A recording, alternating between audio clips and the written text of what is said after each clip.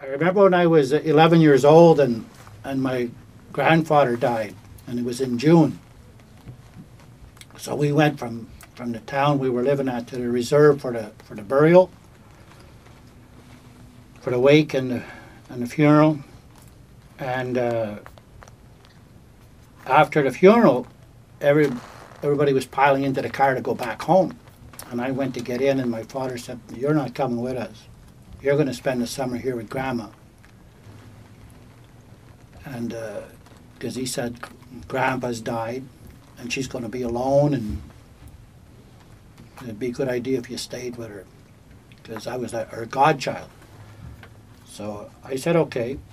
I didn't like it that I wasn't going to see my friends all summer, but I loved my grandma, and I didn't mind. So the summer started out, and there I was spending the summer with Grandma. My other grandparents live in Maniwaki too, and they were living about maybe 4 kilometers from where I was. And one morning I decided that I was going to go and pay a visit to my other grandparents. And I left the house early in the morning, and I brought 2 apples with me. And I ate 1 apple on the way. And whenever I got to my other grandparents' house, you know, it's not like I had a plan. I just an idea that hit me. Because they had a nice little oak tree in the front yard. And I took the apple that I had left, and I tied a string to the stem of the apple, and then I tied the other end of the string onto the branch of the oak tree. And then I went in and I visited with my grandparents, and I knew how to play a trick. Because I visited with them for about half an hour, and then I said to my grandfather, I said, "Grandpa, I didn't know that was an apple tree in the front yard there." He said, "No, it's not an apple tree, it's an oak tree." I said, "If it's not an apple tree, why are apples growing on it?" He said, "There's no apples growing on that tree." And I said, "Yeah, Grandpa, come on, I'll show you." And I took his arm and I tugged him towards the door. So he goes to the door, and he could see that there was an apple on the branch of the tree. And he started to tremble. You know, his whole face was shaking, his body was shaking, and he looked like that. He said, "It's a sign from God.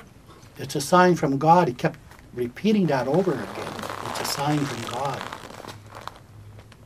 And I was standing there beside him, giggling away.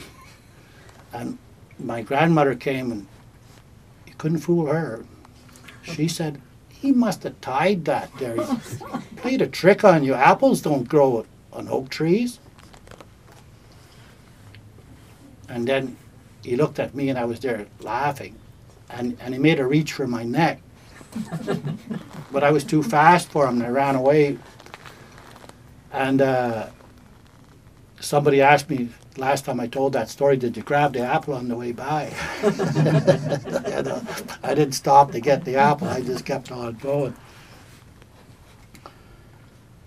And whenever I tell people that story nowadays, you know, I tell them, don't be like my grandpa, who could actually be fooled into believing that an apple will grow in the branch of an oak tree.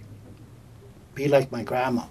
Don't let people fool you about important things of life. Don't let anybody fool you.